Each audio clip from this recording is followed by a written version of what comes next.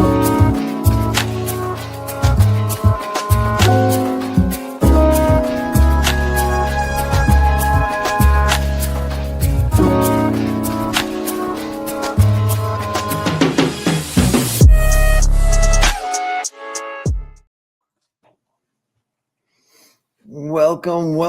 Good evening, folks. Mike Geary, 40 Mike here with Travis Barrington of Oscar and Mike Radio. I am of Hellfish Haven, and we are W.A.R. Travis, how do you say it? We are W.A.R. Yes, love it. And we're here again, sharing the latest and greatest in the veteran military community, what's going on in the local happenings.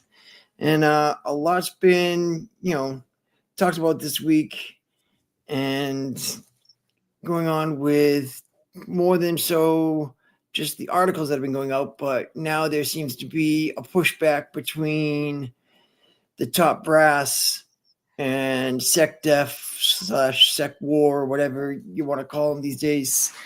I think he prefers SecWar, but I think it's still going to get technically approved by Congress to be official.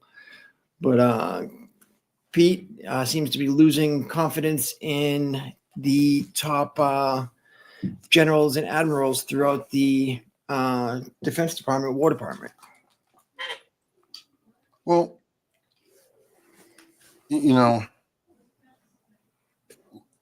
I looked at it as, did it need to be said? I thought it needed to be said. I'm not going to sit there and just, knock that because I've gone to military formations around here, and I'm like, wait a minute, there is no way he or she is anywhere. I know the Marine Corps has a pretty strict standard for height and weight standards. Absolutely. And, that was something that I had to deal with through my Marine Corps career. You had to make weight. It's just nature of the beast.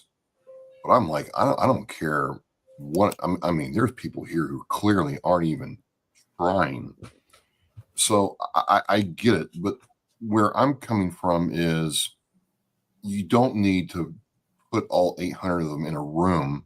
Maybe you do. Okay, I'll go with you there. Mm-hmm. But what you didn't need to do was broadcast that, what for, if you will, to the entire world.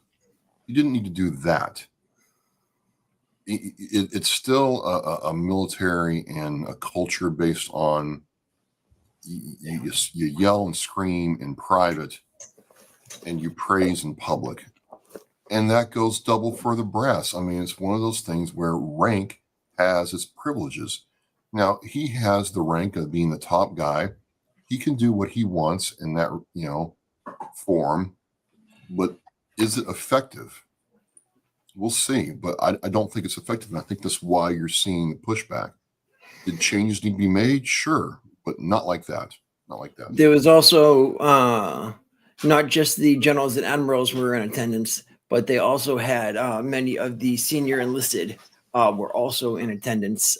It was often, overlooked by media reporting it, but a lot of the, the senior enlisted, the generals, go to being the sergeant majors of the different areas. We're also at this the meeting too, and a lot of them are saying, if he ever had us, he's lost us with this, punishing in public, praise, and there are large troops, there are people that have pencil whipped their performance tests, whether it's their the tape test or whatever, and a lot of these things, are antiquated and are bad. That you look at, you've got guys that are, 1%, body fat, but because, they're a certain height and a certain weight, the old, body fat percentage thing says that they're, 40%, fat because of the tape test. So, and then you have other guys that, if you got a big enough neck, your waist can be as wide as a Conex container. Because it was basically, for men, it was, you did around the neck, you did around the waist. And if you had a large enough neck, you could have a larger waist. Well, I can speak to that. In CAS Yuma, when I was there, the Marine Corps, and they didn't want to do it. They were told they had to allow the neck trick, and there you'd go to the gym, the base gym, and there were machines designed to strengthen your neck and your upper shoulders, and there'd be a line of Marines waiting to do it. And some guys actually were able to put like an inch and a half on their neck. Oh yeah, there's tricks. They would tell you to push your tongue to the roof of your mouth as you're getting taped, and it's like you got an extra quarter of an inch, and it's like these things that would happen. And you got guys that would unhealthily saran wrap their body, and trying to sweat out the waist, the inches around their waist, and try to unhealthily lose weight instead of being prepared months in advance, knowing that you've got these tests coming, and being in shape. Guys would just try to cheat the system. Yeah, it's a tough thing, and this is the other thing where I'm like, Pete's a bad look.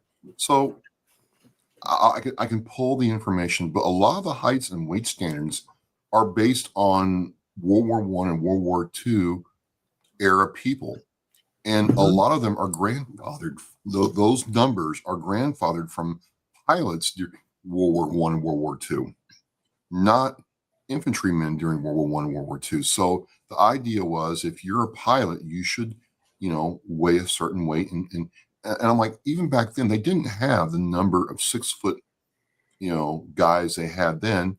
And people in the last 50 years have, skeletal frames have changed, other things have changed. And so, yeah, there are bigger people.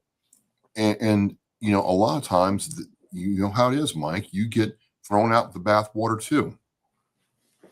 And like it's crazy. The thing too, for like the female standard, like when they do the females, they do the neck, the waist, and the hips. And it's like, if you have a female that's given birth, if you have a female that is just shaped a certain way, it's like she could meet the weight and just barely be over the weight standard.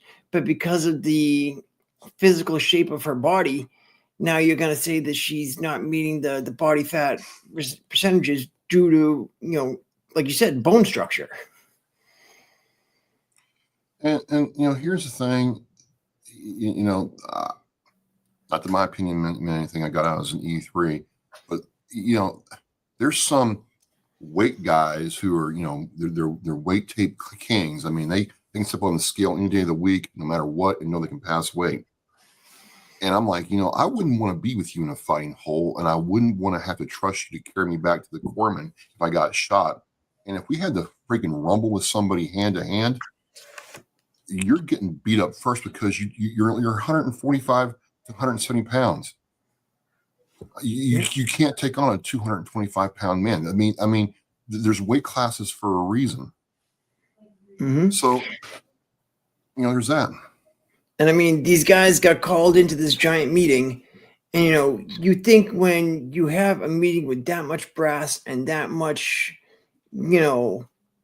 power, a force, a show of force, that this is going to be a gathering about strategic guidance on current threats that are coming from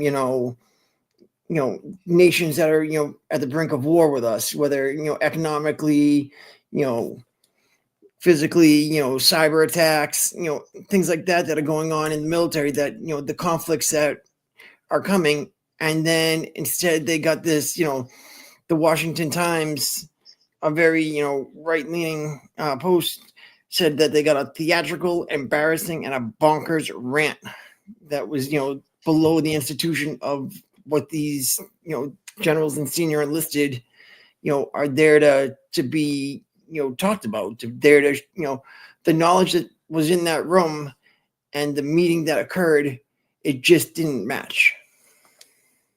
Well, I would certainly say that anybody in the military can get chewed out by a higher up, absolutely. And it's my understanding that the brass, the flag officers, are no different. Generals will chew out colonels and lieutenant colonels, no problem, right? And that's just part of the game. I mean, you're going to get chewed out. But again, did you have to be I, on a main stage like that? Like, I thought that and I know that Secretary of the War served, and he served honorably. He got out with honorable discharge, so on and so forth. But I'm like, I want to say as a captain. I don't think he was a major. he did achieve the rank of major. Okay, thank you. So getting up there, right? But you think he'd be able to understand that there's a certain way that things are done, and dropping a hand grenade like that it's good for TV, it's good for sound clips, but I'm like, I don't know if I'd want my enemy seeing how I chew out my other troops. Here's what I would have done, because I thought about this. I would have had the meeting. If you want to have the meeting, have the meeting. Because, yeah, I mean, come on, Mike. We've seen, even around here, guys with not showing up shaven. And I'm like, you're not even trying to trim your beard. You're showing the uniform and you're not even trying. And maybe you've hornswoggled your first sergeant and saying, I need a shaving shit. And he's like, fuck it, I just don't care. But I don't like that. And when you're pushing, 300 pounds as a guy and 225 as a woman, there's a problem. So there are problems, but I wouldn't have put it on TV. I would have had somebody with like cell phones walking around the room, and then holy moly. I mean, I took my cell phone out and recorded this, and this is what was going down. But I wouldn't have broadcast it worldwide. I just would not have done that. I would not have done that. And I would have kept it behind closed doors when people think about what I actually said. Because the main criticism I hear is all he came off as is this preening peacock, puffing himself up, getting to yell at people. And that is not effective. It's just not effective. It could have been done very differently.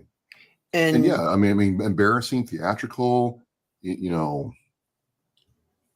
For me, I saw it as like the haircuts thing, the weight thing. Those are standards that enlisted men are there to make sure that we have our soldiers meeting those standards. That's something that the sergeant major of the Army should be pulling aside his senior leaders and talking to them in private. That, sergeant major should be taking battalion, first sergeants and saying, hey, guys, the standards aren't being met. Let's put some boots in asses, not, for the top official in the Department of Defense to be pulling in all of these leaders from around the world to be saying, hey, this is the standards, why are we doing it? And you're almost ignoring the rest of the stuff that's going on in the world at the time. You're ignoring, cyber threats, you're ignoring, drone strikes, you're ignoring, the look of the change that we're, going back to a war on drugs all of a sudden. And it's like, seeing the strikes off the coast of South America, without all this information, and them actually sharing the video of these fishing boats being struck and destroyed, and the people on them being killed. It's just wild. Like, I haven't seen something like that ever shared before. Like, I don't understand the reasoning behind it. Well, I mean, so that we've gotten into, not, but there have been. No worries.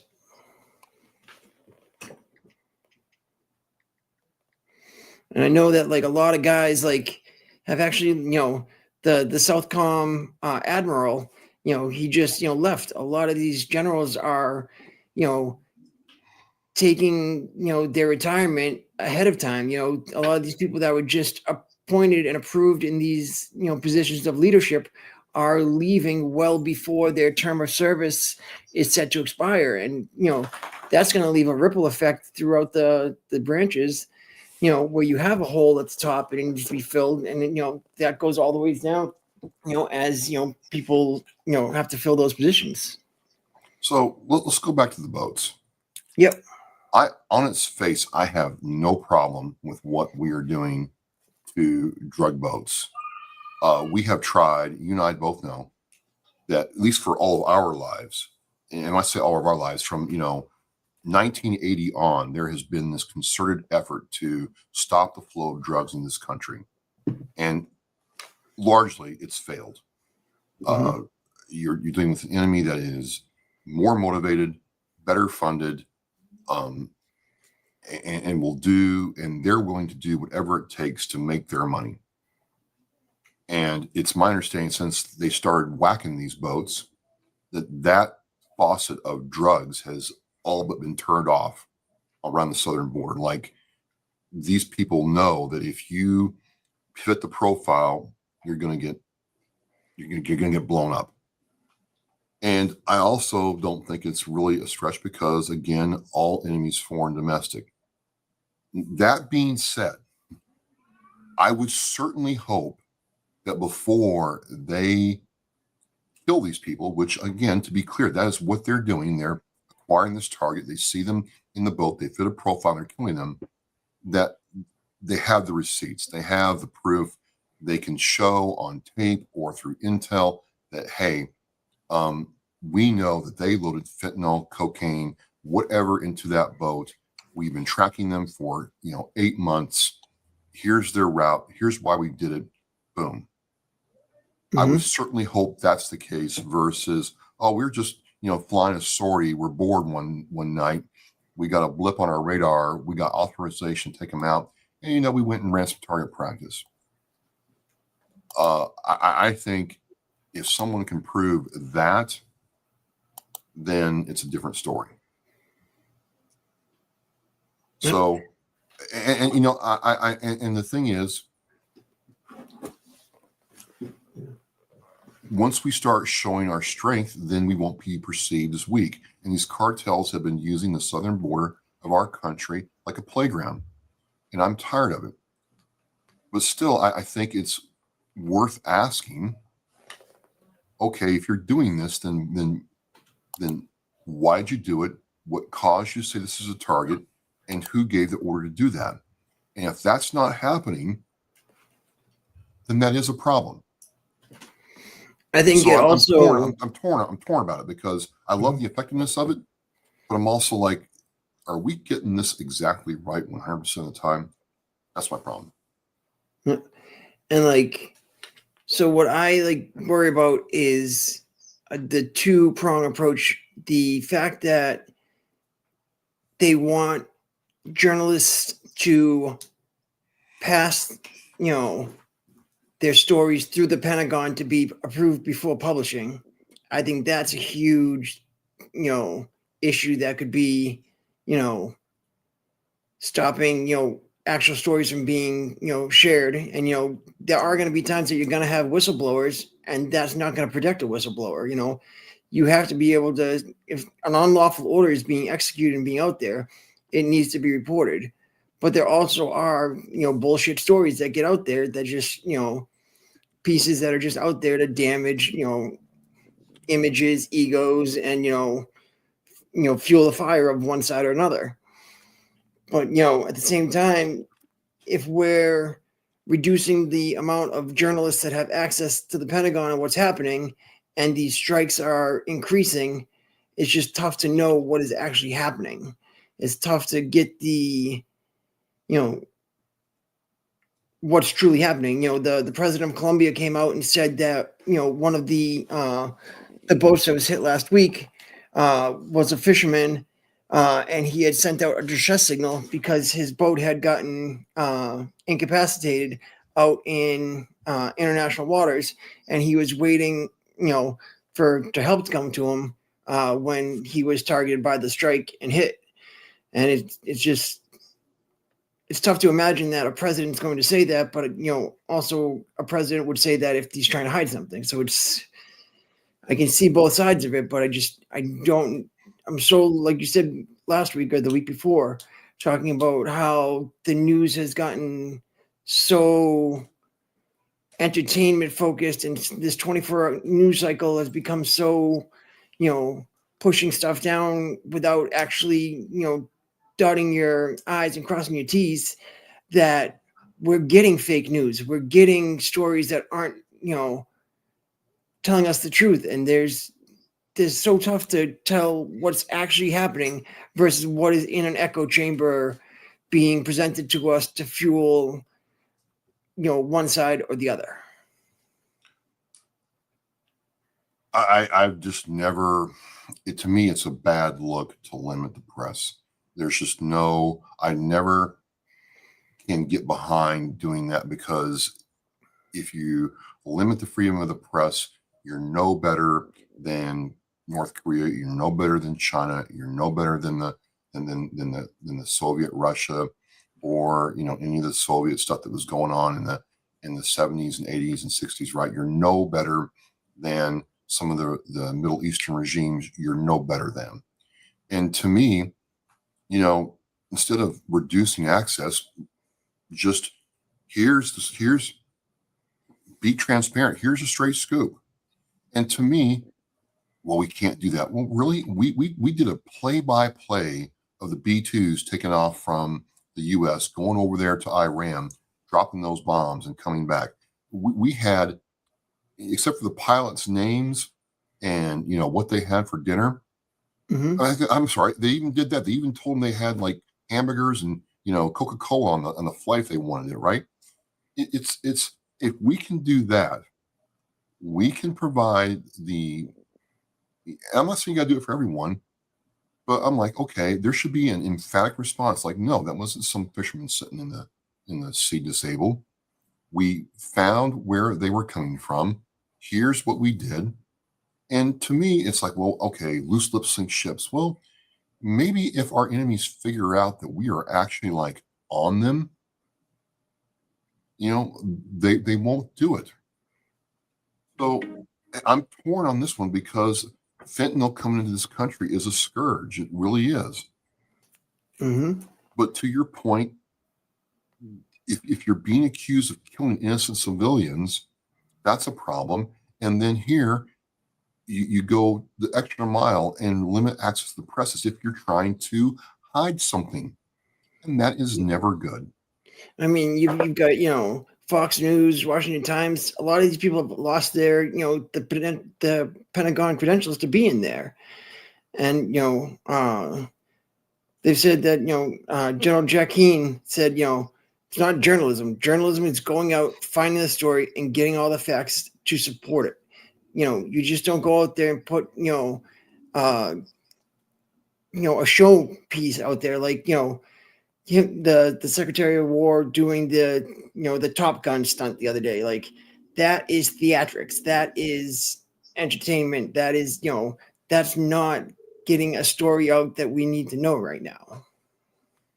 Well, I mean, I saw the thing that he did for the Marines. I'm like, I don't know. It just seemed like more pomp and circumstance than anything else. And to be clear, I'll be clear with anybody. I've been very clear that I've had reservations about Secretary of War Hegseth appointment for a lot of different reasons. And I think in some regards, Mike, my concerns are being validated. Mm-hmm. We definitely didn't need another General Milley in the top spot. I thought he was a disgrace to the uniform, but we've gone from that extreme to this extreme now, to someone who, and it's too bad, because I'm like, wow, here we got a secretary exercising with the troops. We've needed to see that. Okay, this guy can, hang, or, at least show up and play the part. Great. It's too bad he wasted that with this, like you said, this circus of calling all these. I mean, you're going to call in a command sergeant major of the Army and berate him? Man, you better come up with a whole lot more than that. I'm just saying, Mike. And I mean, a lot of these things that he got on stage and was talking about to these generals and these senior enlisted leaders were things that were already being implemented and already being underway. The recruiting numbers were already, working their way back up. Some of these issues were being resolved and being handled. And, you need to let leaders lead. You need to give them the guidance and let them execute. That's what their task and mission is to do, is to get it done. Those enlisted are there to make sure their troops are properly trained and have the tools that they need to get the job done. And your officers are there to execute the missions as assigned to them. It's the micromanaging, the bring it in, it kind of showed, the effectiveness and the reach that, Secretary Hegseth had reached in his career, that he hadn't got to the point where he'd, been in charge of, hundreds of thousands of troops, where he only had the experience with the, a battalion size or a company level, op, where, he's more hands-on into the, organization still, where he doesn't, he needs to know he can put out an order and it'll be executed by those underneath him. You have to have faith in your subordinates. So for everybody out there, and you're right, Mike, to Mike's point, a major is kind of in the middle of the officer rank. They're kind of they're truly middle management. You have, first, second lieutenant, and captain below them, and those lieutenants are generally at the platoon level. Captains are at the company level. Majors might be over a couple of companies or a section, and then it's not until you get to lieutenant colonel and colonel that you're truly like it's truly a step up, and then the general ranks. So you get to major and stay at major for a while. You were certainly good at your job, but to your point, you didn't really go to that senior your level. You just didn't. That's just the facts. So it was always a question to me, why go that route? And I just think we saw a lot of it, and it's too bad, because some of the things I really like what he's done. I mean, I like seeing him PT with the troops. I think we need to improve standards across the board. I'm not saying that we don't need to improve it. I just think, to your point, Mike, it was done the wrong way. It was just done the wrong way. Could have been done a lot different. And to me, I don't know about you, but I'm concerned about, I'm looking and reading about what drones have done over in Ukraine, and I'm like, man, I don't think we need some $200 million fighter anymore. I think we need to figure out how we can deploy, thousands of drones from a ship, have them execute a mission, and come back and do it all over again. Warfare is changing. I don't think we need some big super tank. We need to figure out how to get, faster and more lethal. Just because I'm watching drones take out tanks with impunity, dude. I mean, that's what I worry about. And then, we've got this cyber warfare going on right now where China is actively trying to attack us. So yes, standards are important. Yes, I think they slipped a little bit, a lot in some places, but I've just never been a fan of seeing someone get chewed out. Usually disciplinary action. Come on, Mike, unless it was an egregious error, you didn't chew anybody out. You were an E7, right? You didn't chew anybody. You took him behind the head shed and made him fill sandbags or smoked them, but you just didn't do that. And even when I was in E5, one of my guys that I had, in the service on my second tour as an E5, my gunner, we went out to the field, and he decided that he didn't need to have his PT shoes with him. He packed all his stuff to go to the field for 30 days and didn't bring his damn sneakers. Blew my mind. I was like, what?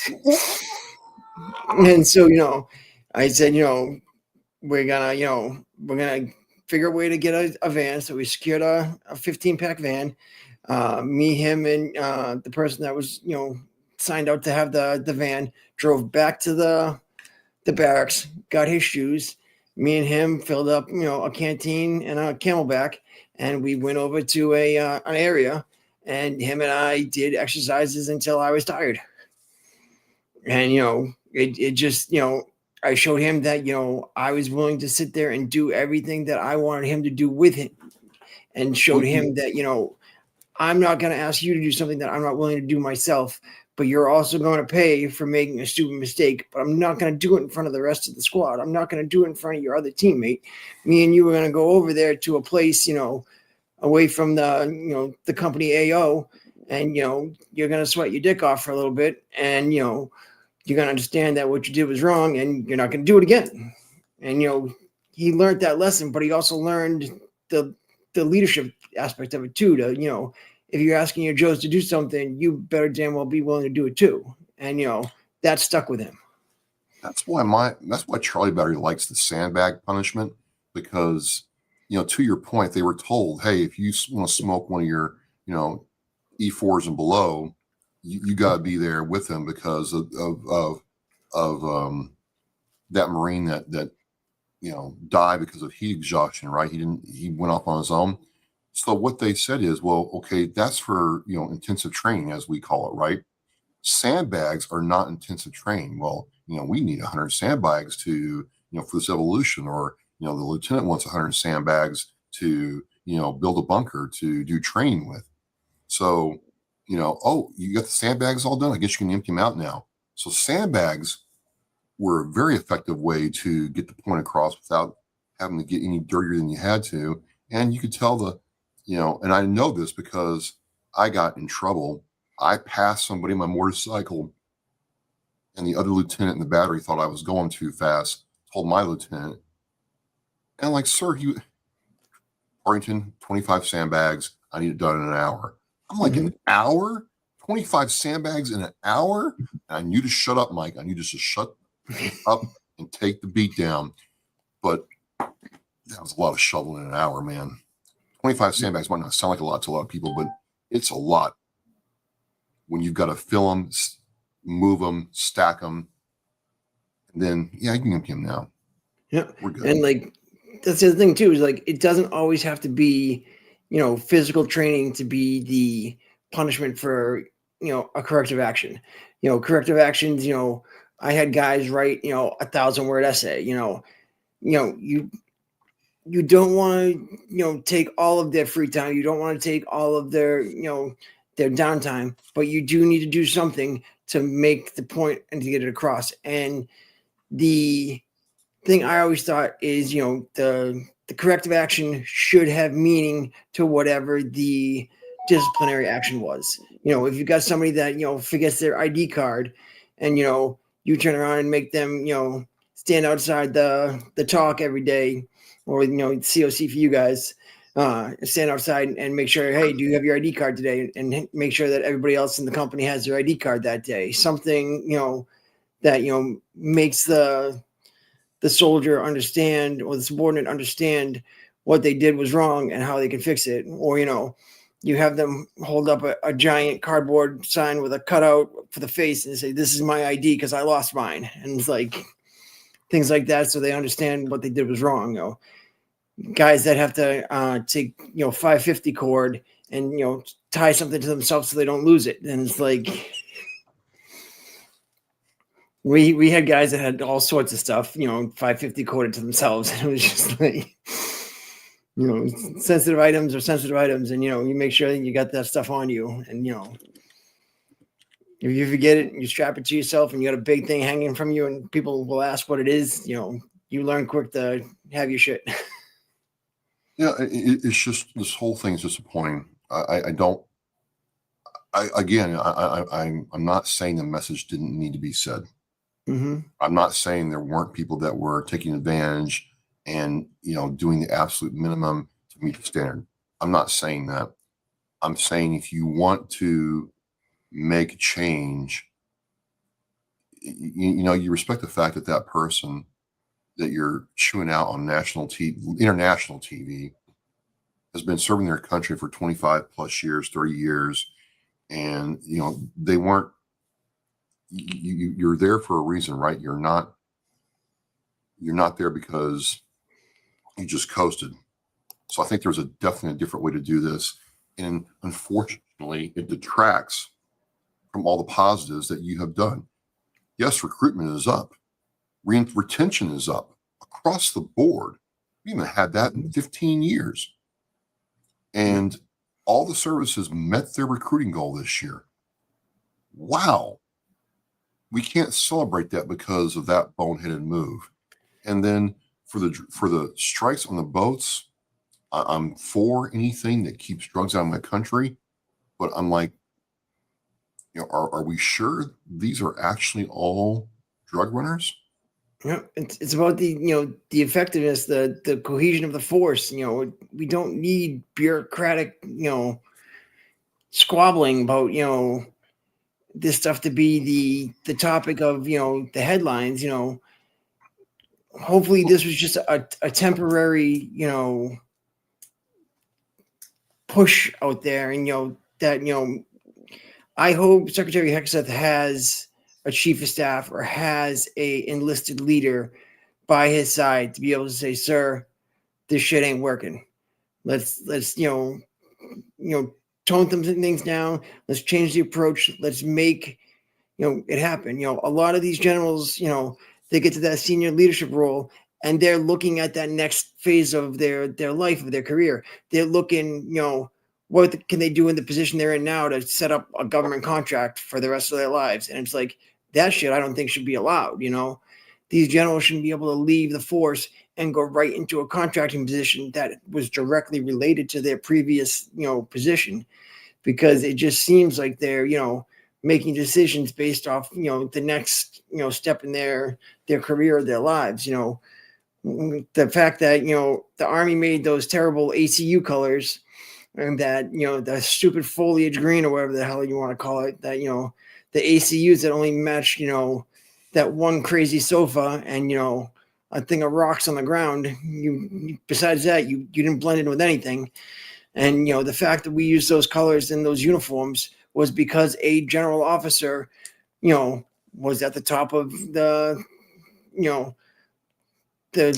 people that create that stuff, and, in the position that he was, to be able to make that, choice to say, all right, the whole Army's going to do this now.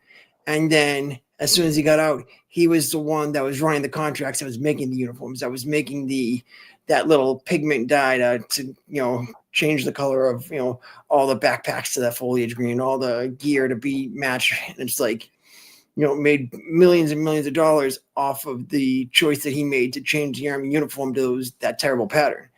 And, for them to, change it, 7 years later, just shows you that how bad, a decision it was. But, there was no repercussions on that general. There was no, looking back, and there needs to be some sort of thing there, because you can have these senior leaders go up to the position that they get into. But again, we're so top heavy. There's so many 4-stars right now. There's more than there was during, either the world wars. There's, more than there was at any other conflict. Why do we have so many 4-stars? Why are these positions such highly rated? And it's like, it's just, I feel, those things are the things that should be addressed. Those are the things that would have a more lasting impact, on the force, and would show more professional integrity of an esprit de corps. Like, if you fix those things that people have problems with, instead of, culture or media battles, or things that are hot topics for a sudden, don't be hitting those with your top brass.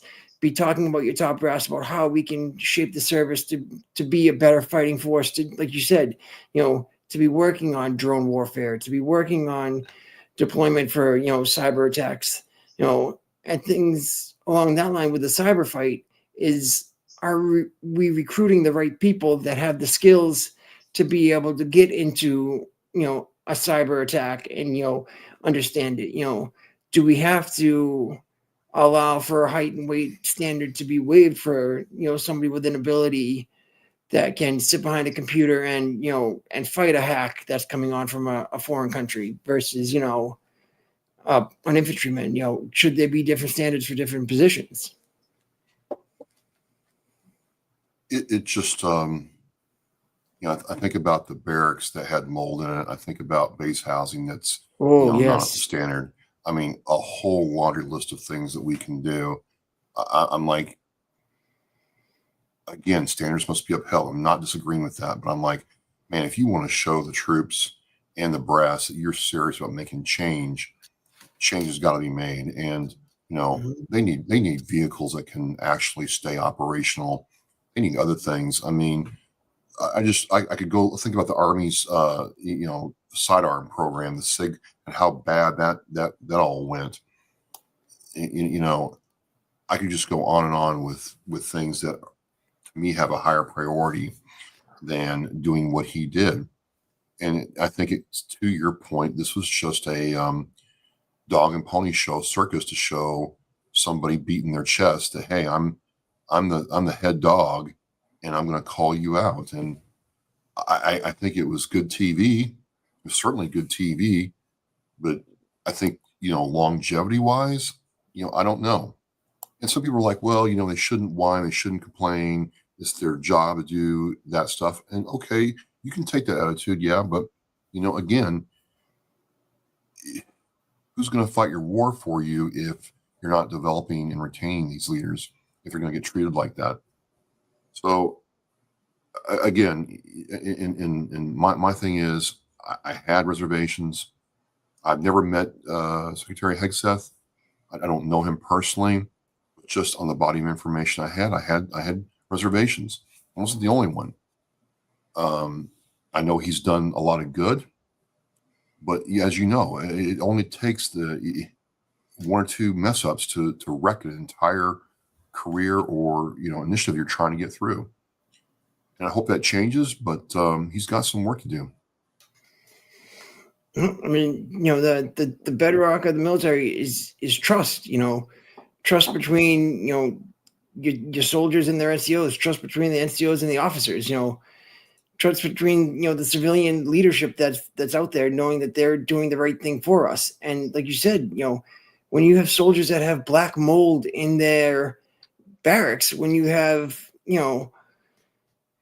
these when the trust evaporates, when you're not taking care of soldiers, when soldier care isn't maintained, when their families aren't taken care of, the fact that we're changing all bases names back, the biggest one I had the gripe was taking General Moore and his wife's name off of the base down in Benning to change it to a previous Benning that had been awarded a high military valor award. And for them to change it back to Benning and take it away from General Moore and his wife that had done so much for the military and the impact that they had, I felt that was really a disservice. And I understand what they're doing, and they're trying to go back on previous administrations executed things, but the money that cost could have gone into the barracks to make sure that these soldiers are staying in places that aren't going to get them sick, making sure that people are not going to live in a place that's going to cause them further damage. People talk about the Washington Post had all these articles about these claims going up in the VA, but we're having troops live in barracks that are past their expiration date. In 2004, when I deployed with the 42nd Infantry Division, we were living in World War II barracks. We were on the old side of Fort Drum living in World War II barracks with all sorts of stuff wrong with them. And I'm sure there was, asbestos and everything else where we lived. But it's like we had these environmental issues where we lived. And if we fixed things like that, that would have so much more of an income than changing a base name, than doing, like you said, doing the theatrical things, doing the entertainment things that are good to watch and make for a good news article. But in the end, in his position, there's so much more he could be doing and so much more of an impact that he could make on the day-to-day lives of soldiers, Marines, airmen, guardians, and the rest of the monikers. I can't think of them all off the top of my head, but like each of the branches have things that are wrong with their day-to-day operations that could be being concerned. And even like the fact that they don't have those, they took away the little ice boxes that, you put an anonymous complaint in and you could drop it and say, hey, this is what's going on, can you get this fixed? Like, that's one of those things that we put, letters in there every month saying, hey, there's black mold in the barracks at Fort Dix. And it took 6 months, but we finally got somebody in there to, come clean it out and, get rid of it. But, we had to put anonymous complaints in there because we tried passing it up the chain of command and got the same thing. Well, nothing we can do about it. That's just the way it is. Soldiers live as soldiers live, And it's like, that's not the right answer. So, without these anonymous complaints, sometimes I feel like some things won't get done. And I can see why they got rid of it because, people can play, fuck games where you take a complaint and you put it against somebody that you don't like to, try to hurt them with their career. But at the same time, they are needed, especially in situations of, a military sexual trauma or a situation where a soldier is having a mental health crisis.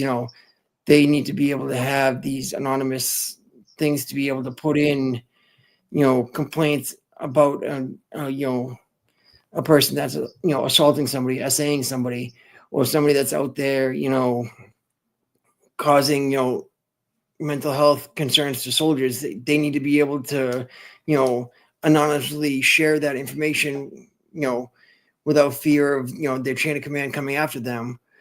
But, I just feel there needs to be a better middle ground there. I don't feel like Secretary Hegseth has that enlisted, side helping him out, giving him the, the fact of the matter. I don't feel like he's got the chief of staff and these senior leaders always have a group of, other senior leaders that are around them. And I don't feel like he's got the right people guiding him and positioning him for success. I feel like he's doing what he thinks he needs to do, and he's being guided, by himself and other people that aren't looking out for the best aspect of the Department of Defense and the Department of War. No, he definitely needs a naysayer to check him, and I don't think he has that.